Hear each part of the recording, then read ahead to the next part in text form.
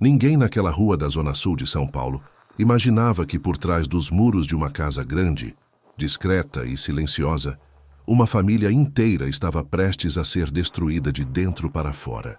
Era a madrugada de 31 de outubro de 2002.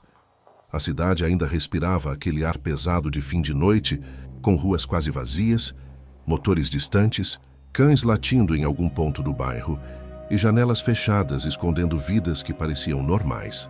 Dentro da casa da família von Richthofen, Manfred e Marisia dormiam no quarto do casal. Eles não sabiam que a própria segurança da casa já tinha sido quebrada.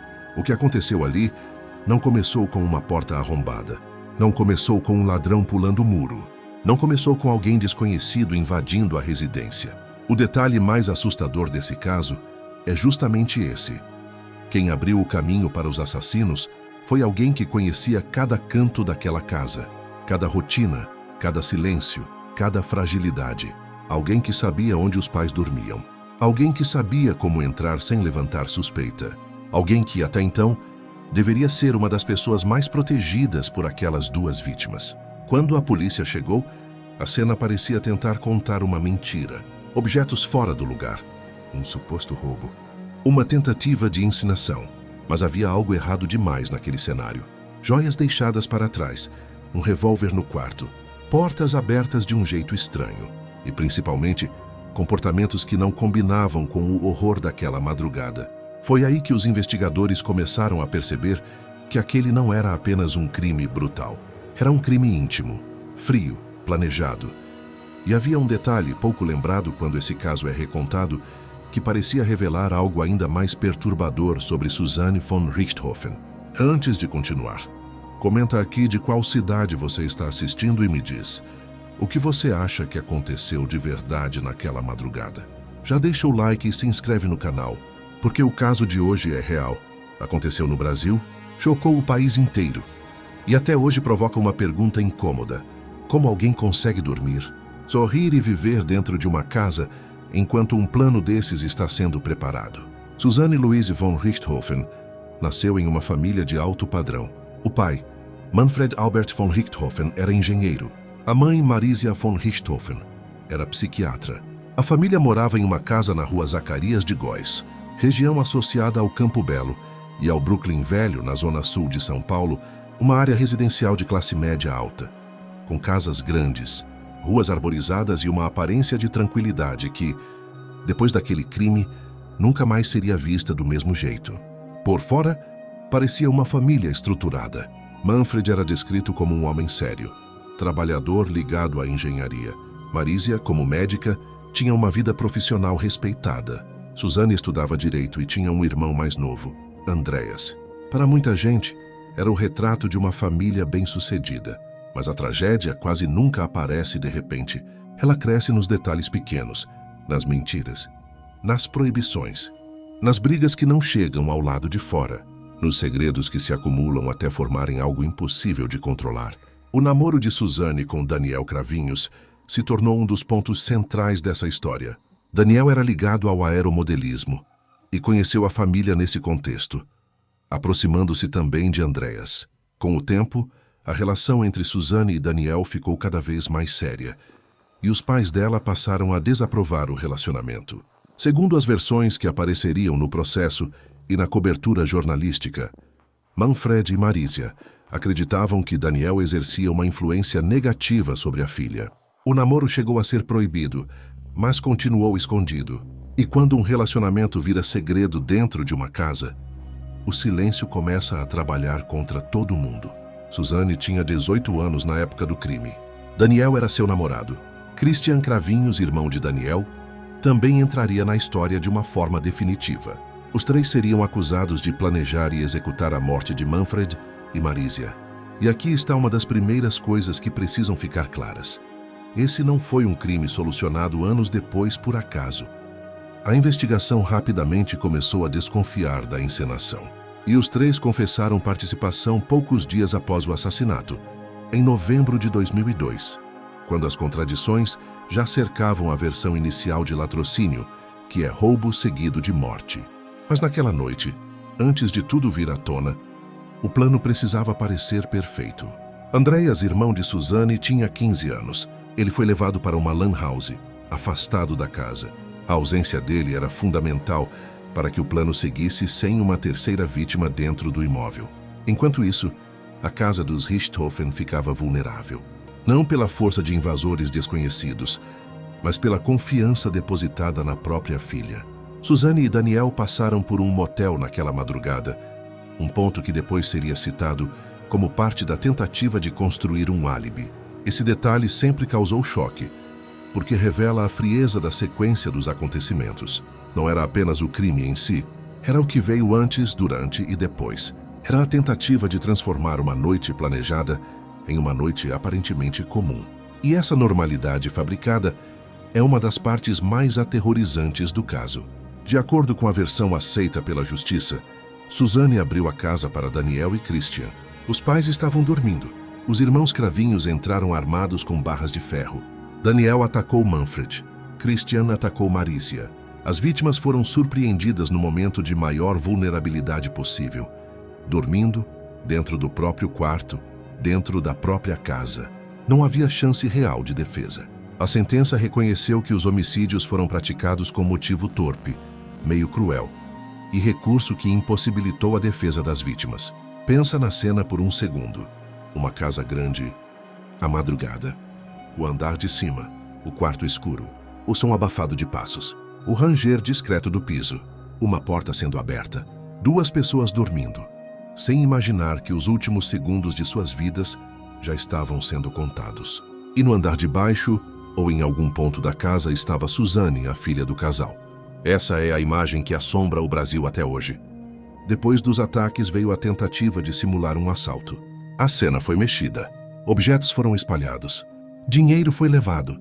A ideia era fazer a polícia acreditar que criminosos tinham invadido a casa para roubar e matado o casal. Só que a própria montagem começou a denunciar seus autores. Investigadores perceberam que objetos de valor haviam sido deixados para trás. Havia incoerências. A aparência de roubo parecia artificial, como se alguém tivesse assistido a muitos filmes e tentado copiar uma cena sem entender como um crime real costuma se comportar. E aí surge um dos detalhes mais simbólicos do caso. A encenação era ruim. Não ruim por falta de crueldade. Crueldade havia de sobra. Ruim porque parecia feita por pessoas que achavam que bastava bagunçar uma casa para enganar investigadores. Mas a polícia, ao olhar para aquela cena, viu outra coisa. Viu excesso de controle. Viu escolhas estranhas. Viu uma tentativa de narrativa. Depois, segundo a investigação, Daniel chegou a acionar a polícia informando a suspeita de assalto. Andreas, que havia sido retirado da casa antes, foi colocado diante de uma tragédia que ele não poderia compreender naquele momento. Imagine um adolescente voltando para casa de madrugada, achando que sua vida ainda era a mesma, e de repente sendo jogado dentro de um cenário de morte, mentira e manipulação. Para Andreas, aquela madrugada não tirou apenas os pais, tirou também a irmã que ele achava conhecer. O comportamento de Suzane após o crime passou a chamar a atenção. Policiais e pessoas que acompanharam o caso estranharam a frieza dela. O choro em vários momentos parecia não convencer. A postura parecia deslocada. Em casos de trauma, reações podem variar muito. Algumas pessoas ficam em choque. Outras não conseguem chorar, outras parecem anestesiadas. Mas o problema, para os investigadores, não era apenas a ausência de uma reação esperada. Era o conjunto. A cena montada, as contradições, o relacionamento com Daniel, o fato de ela saber a rotina da casa, o afastamento de Andreas e a simulação de um assalto que não fechava. Poucos dias depois, a farsa começou a ruir. A polícia passou a investigar Daniel e Christian. Um dos pontos que ganhou destaque foi a movimentação financeira e comportamental após o crime, incluindo gastos e elementos que não combinavam com a versão de simples vítimas indiretas de um assalto. Os depoimentos começaram a se chocar. O que era para ser uma história firme começou a apresentar rachaduras. E quando uma mentira desse tamanho racha, ela não abre apenas uma fresta, ela desaba. Em 8 de novembro de 2002, o caso tomou o rumo que chocaria o Brasil. Suzane confessou participação no assassinato dos próprios pais e os irmãos cravinhos também foram responsabilizados. A cobertura da Globo registrou que em 7 de novembro já havia suspeitas do envolvimento dela, e em 8 de novembro foi ao ar a notícia sobre o depoimento em que Suzane confessou participação no crime. O país parou. Não era apenas mais um caso policial. Era a filha rica, estudante, jovem, de aparência tranquila, acusada de participar da morte brutal dos pais. Era o tipo de crime que destrói a ilusão de que certas coisas só acontecem longe, em famílias desestruturadas, em lugares perigosos, com pessoas que já demonstravam sinais claros de violência. O caso Richthofen mostrou o contrário. Mostrou que o perigo às vezes pode dormir no quarto ao lado. E então veio a disputa de versões. Suzane passou a sustentar que teria sido influenciada por Daniel. Daniel, por sua vez, afirmou que Suzane teve papel central no plano. Christian também mudou versões ao longo do processo. Cada um parecia tentar sobreviver juridicamente, empurrando o peso maior para o outro. E é aqui que esse caso fica psicologicamente perturbador. Porque mesmo depois da confissão, a verdade emocional do crime continuava sendo disputada. Quem manipulou quem? Quem teve a ideia? Quem queria mais? Quem foi usado? Quem usou? A justiça concluiu que os três participaram. Mas para o público, uma pergunta nunca deixou de incomodar. Suzane foi uma jovem manipulada pelo namorado ou foi a mente mais fria daquela trama? Durante o julgamento em julho de 2006, essa pergunta virou uma espécie de batalha pública. A defesa de Suzane tentou apresentar Daniel como alguém dominante, capaz de influenciá-la. A defesa dos irmãos Cravinhos sustentou que Suzane planejou a morte dos pais. A própria cobertura da época mostrou que, no tribunal, Daniel e Suzane já não eram mais vistos como casal, mas como inimigos tentando se destruir diante dos jurados. O júri aconteceu no Fórum Criminal da Barra Funda, em São Paulo. Foram 5 dias de depoimentos, debates e tensão. A imprensa acompanhava tudo de perto. O Brasil queria saber cada detalhe. Pessoas faziam filas, programas de televisão repetiam cenas, jornais estampavam manchetes, e o nome Richthofen virou sinônimo de um crime que parecia impossível de esquecer. Andreas depôs, e o depoimento dele foi devastador. Segundo a cobertura da Memória Globo, ele se referiu à irmã como manipuladora, calculista e chantagista, e afirmou que nunca a perdoou pela morte dos pais. Esse ponto é emocionalmente brutal, porque Andreas não era apenas uma testemunha. Ele era o sobrevivente de uma família despedaçada. Ele perdeu os pais assassinados e depois precisou encarar a acusação de que a própria irmã participou do plano. Imagine o peso disso. Não é só luto, é traição. É olhar para fotografias antigas e se perguntar em que momento tudo começou a virar mentira. É lembrar de aniversários, almoços, viagens, conversas dentro de casa e perceber que, em algum ponto, uma das pessoas daquela mesa estava caminhando para uma decisão irreversível. Mas agora, chegamos ao detalhe proibido, aquele tipo de detalhe que não é o mais sangrento, mas talvez seja um dos mais reveladores. Em abril de 2006, antes do julgamento, Suzane concedeu entrevista ao Fantástico. A reportagem se tornou histórica, porque antes da gravação, a equipe flagrou a jovem sendo orientada sobre como deveria se comportar diante das câmeras. A matéria exibida em 9 de abril de 2006 mostrou a preparação de uma imagem de fragilidade, com instruções sobre choro e postura. A repercussão foi enorme, e no dia seguinte o Ministério Público pediu novamente a prisão de Suzane. Esse detalhe não envolve a cena do crime, não envolve barras de ferro, não envolve sangue, mas talvez por isso seja tão perturbador, porque ele fala de performance, de controle de imagem, de alguém tentando construir uma personagem diante do país inteiro. A jovem arrependida, a menina manipulada, a filha destruída pela culpa. Só que a câmera capturou o bastidor, e quando o bastidor apareceu, muita gente sentiu um arrepio diferente. Não era apenas a suspeita de frieza, era a sensação de estar vendo uma máscara sendo ajustada. Esse é o ponto que muita gente chama de proibido, não porque tenha sido oficialmente escondido, mas porque é desconfortável demais. Ele obriga o público a pensar que talvez o crime não tenha terminado naquela madrugada. Talvez a encenação tenha continuado por anos.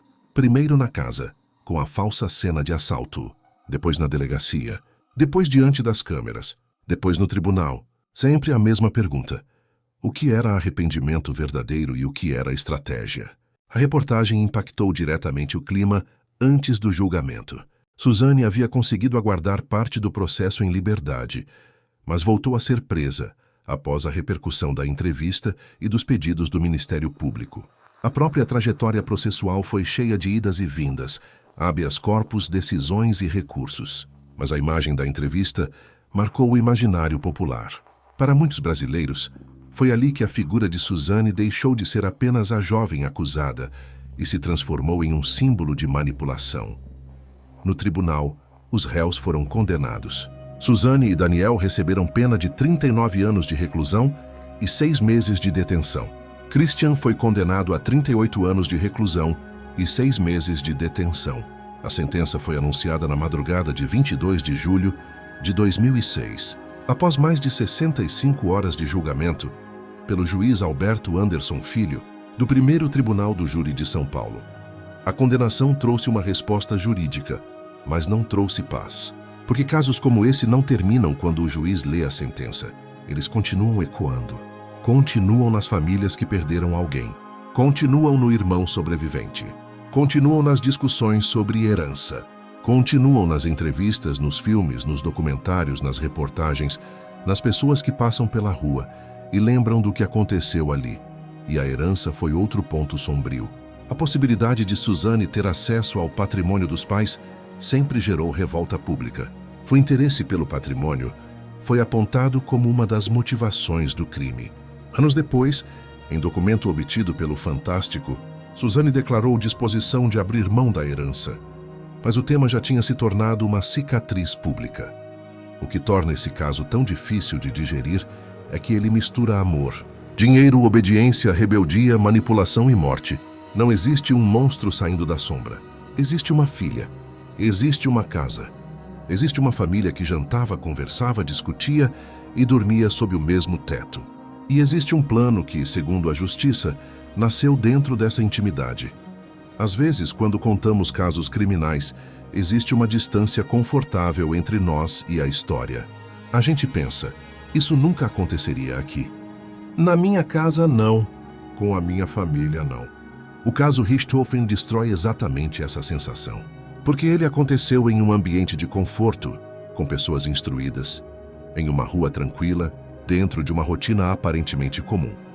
E talvez o mais assustador seja perceber que Manfred e Marísia provavelmente foram dormir acreditando que o dia seguinte existiria.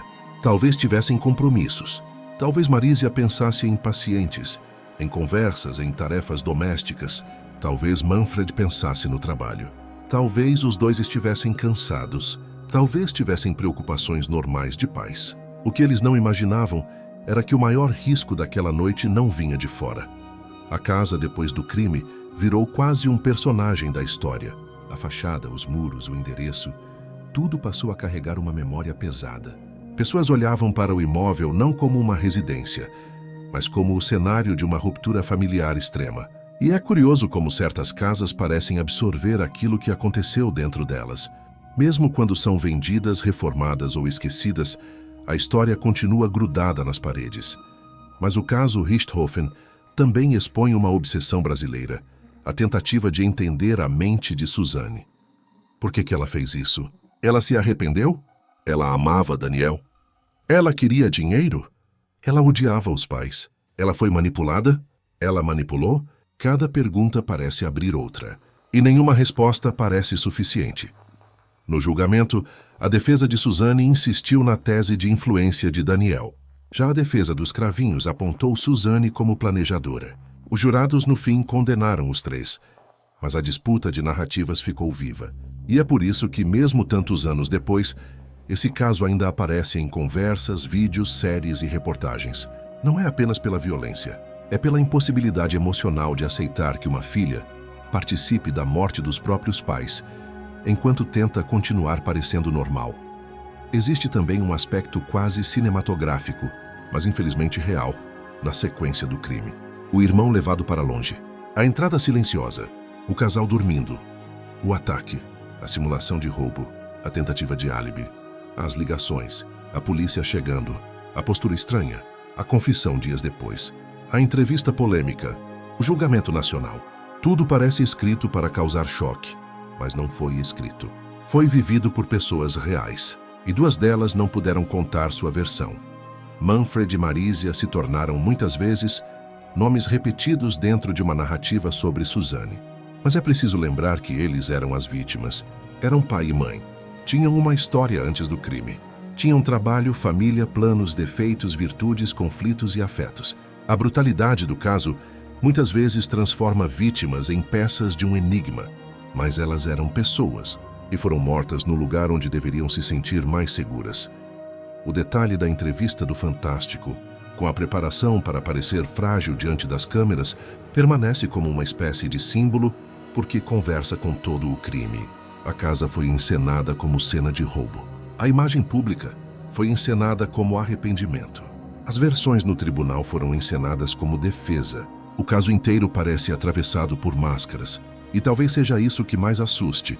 A ideia de que uma pessoa pode aprender a representar emoções que não sente, ou ao menos usar emoções reais de forma estratégica.